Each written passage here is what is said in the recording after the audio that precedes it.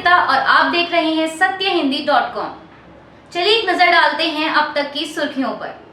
तमिलनाडु के मुख्यमंत्री M.K. Stalin ने कांग्रेस नेता राहुल गांधी के नेतृत्व में जारी पार्टी की भारत जोड़ो यात्रा की सराहना करते हुए कहा कि राहुल गांधी के भाषणों ने खलबली मचा दी है।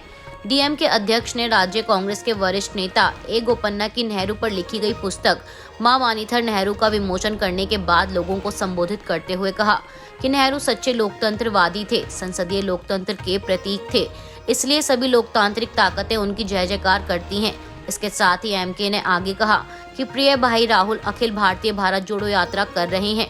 राहुल के भाषणों से देश में खलबली मच रही है। वह चुनावी राजनीति या दलगत राजनीति नहीं बल्कि विचारधारा की राजनीति कर रहे हैं और इसलिए कुछ लोगों से उनका कड़ा विरोध किया जा रहा है। राहुल की बातें कभी कभी नेहरू जी जैसी होती हैं।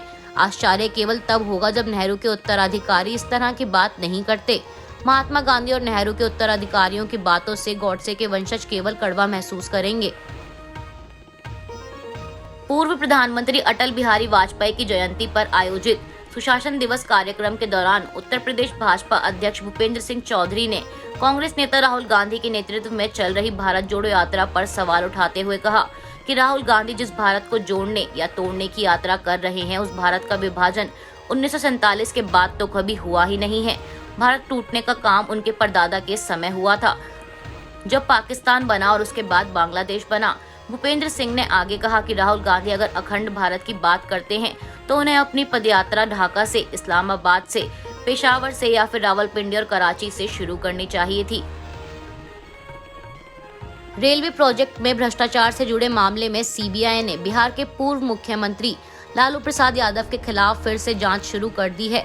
बता दें, साल 2018 में सीबीआई ने रेलवे परियोजनाओं के आवंटन में भ्रष्टाचार के आरोपों की जांच शुरू की थी, जिसके बाद मई 2021 में बिहार के पूर्व सीएम लालू यादव के खिलाफ की जा रही है जांच बंद कर दी गई थी।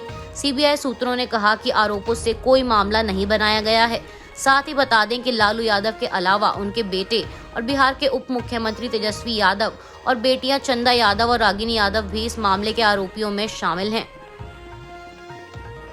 कर्नाटक के पूर्व मंत्री और खनन कारोबारी जनार्दन रेड्डी हाल ही में भाजपा का दामन छोड़ उससे अलग हुए थे।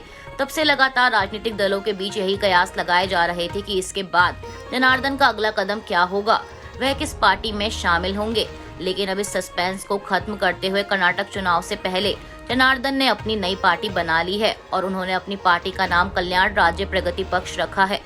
बता दें, अगले साल कर्नाटक में विधानसभा चुनाव होने वाले हैं, जिसमें जनार्दन अब अपनी नई पार्टी से चुनाव लड़ेंगे और इसके साथ ही उन्होंने यह भी ऐलान किया कि वह कर्नाटक के कोप्पल जिले के गंगावती से 2023 का चुनाव लड़ेंगे। गौरतलब है कि जनार्दन रेड्डी के खनन घोटाले में फंसने के बाद भाजपा ने उन्हें पार्टी से साइडलाइन कर दिया था। रेड्डी को इस सारे मामले में जेल भी हुई और उनके गृह जिले बेल्लारी में उनके प्रवेश पर रोक लगा दी गई थी।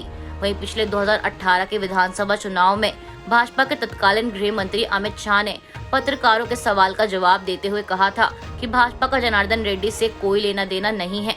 जिसके बाद अब जनार्दन रेड्डी ने नई पार्टी बनाने का कदम उठाते हुए इस फैसले को अपना राजनीतिक स्टंट बताया है और इसके साथ ही उन्होंने रविवार को कहा कि आज मैं अपनी पार्टी कल्याण राज्य प्रगति पक्ष की घोषणा कर रहा हूं, जो मेरी अपनी सोच के साथ, बासवन्ना की सोच के साथ धर्म और जाति के नाम पर विभाजनकारी राजनीति के खिलाफ है।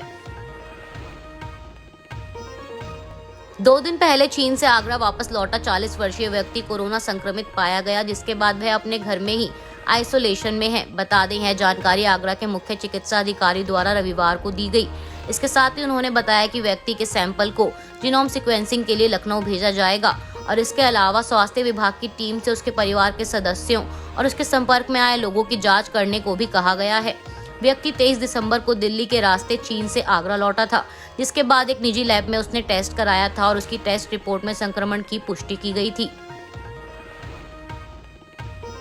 अमेरिका में बर्फीले तूफान की चपेट में आकर कम से कम 31 लोगों की मौत हो गई है। पश्चिमी न्यूयॉर्क के बफेलो में बर्फीले तूफान की वजह से आपातकालीन सेवाएं उच्च प्रभाव वाले क्षेत्रों तक पहुंचने में असमर्थ हैं।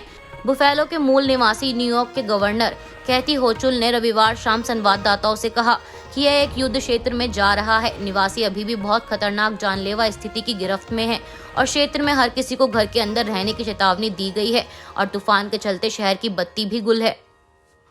अभी के लिए बस इतना ही। बाकी की खबरों के लिए बने रहिए सत्यहिंदी.com के साथ।